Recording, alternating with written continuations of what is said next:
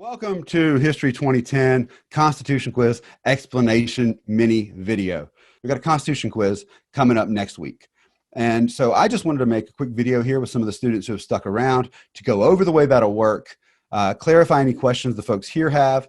But if you guys who are watching this have any questions when it's over, just shoot me an email, a message, and if you guys have some of the similar questions, I'll make another video for you. But I hope these videos are working. So here we go. Let's talk about the Constitution quiz. It's going to open 4 p.m. on Thursday, October the 1st, and it's going to close on Monday, October 5th at 4 p.m. I'm giving you this extra time just simply because I want you to be able to come to your discussion session first, because we are going to go over the Constitution in the discussion session. That'll be the entire focus of the discussion session from next week, okay? So that's going to be, if you're in Thursday classes, October 1st, Friday classes, October 2nd. So I want to make sure that we have time to get through everything. It's going to be 20 questions, 25 minutes to answer it. I'm basing the 25 minutes off the fact that I gave a Constitution quiz in class that's going to be the same, generally the same format, and I always timed it, and it never took longer than 25 minutes for everyone to finish up, okay?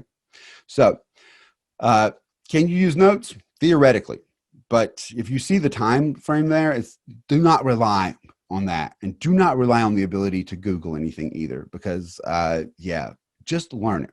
Look, your entire reading for the week that this quiz is just the Constitution. It's assigned like 3 times that week, and I say read it 3 times over. It's important, and if the worst thing anyone ever says about me is Dr. Sawyer's the kind of guy that wants us to know our rights and understand the basis of our government and read the Constitution, then I'll die a happy man. As it turns out, heard a lot of worse things said about me than that, so can't go back there.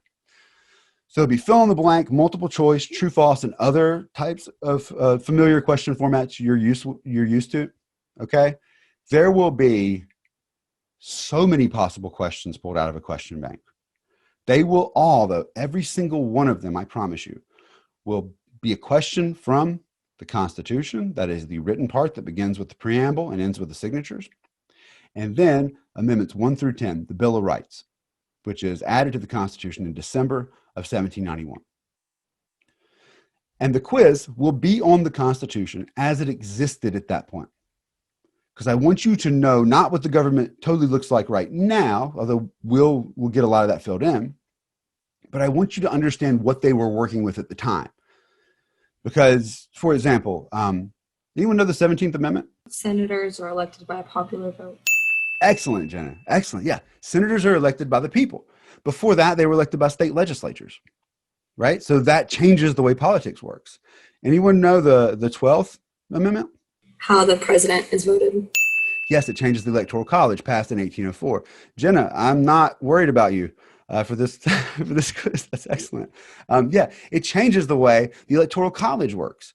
Prior to the 12th Amendment, the way that the president and vice president were elected was the number 1 vote getter in the Electoral College was the president, and the number 2 vote getter was the vice president. And those of you guys forget about the 12th Amendment, but I would just like to say right now, shout out to the 12th Amendment. If not for you, girl, then we'd have President Trump and Vice President Hillary Clinton. Nobody wants that. So there we go. Yeah, I know somebody making some faces. That sounds like a wonderful like sitcom. It sounds like a terrible reality to live in. But as a sitcom, it'd be funny. Like Donald Trump's just like with his shirt off, like getting snacks out of the cabinet at like 3 a.m.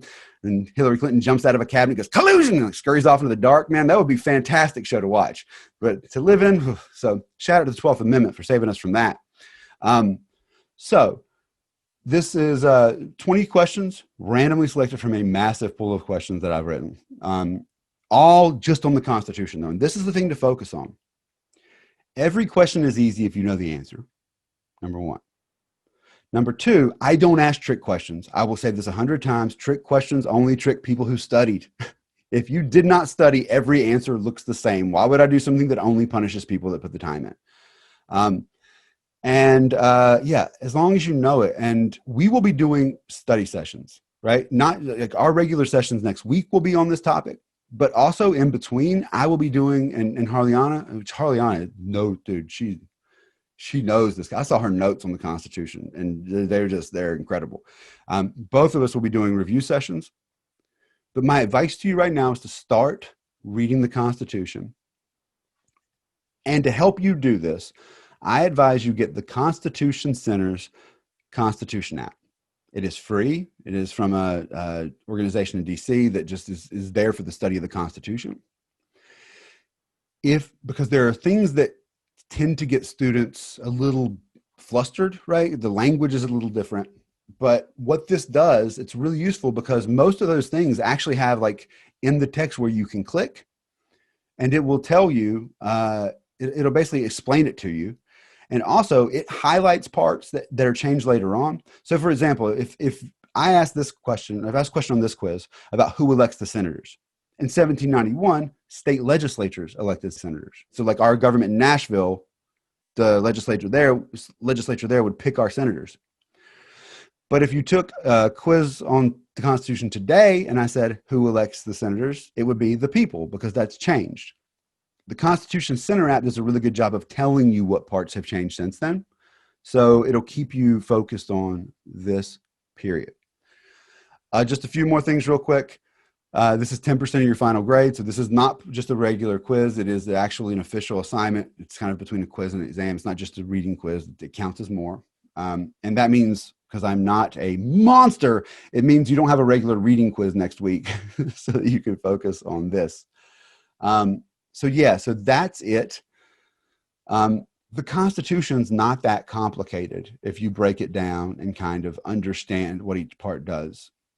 And I would also advise that when you go to this, try to like take your modern assumptions about what the government does and put them to the side, because it might blow your mind a little bit when you realize what each branch of government's power actually is. If you're just watching like Talking Heads, if you're just watching Sean Hannity or Rachel Maddow or one of those guys, you'll be blown away when you read what it actually says. Let me tell you. Again, it's like I said, the old way was to keep information away from people. The new information just to bombard them with so much incorrect information they can't find the real thing. But the good thing about the Constitution is it's right there.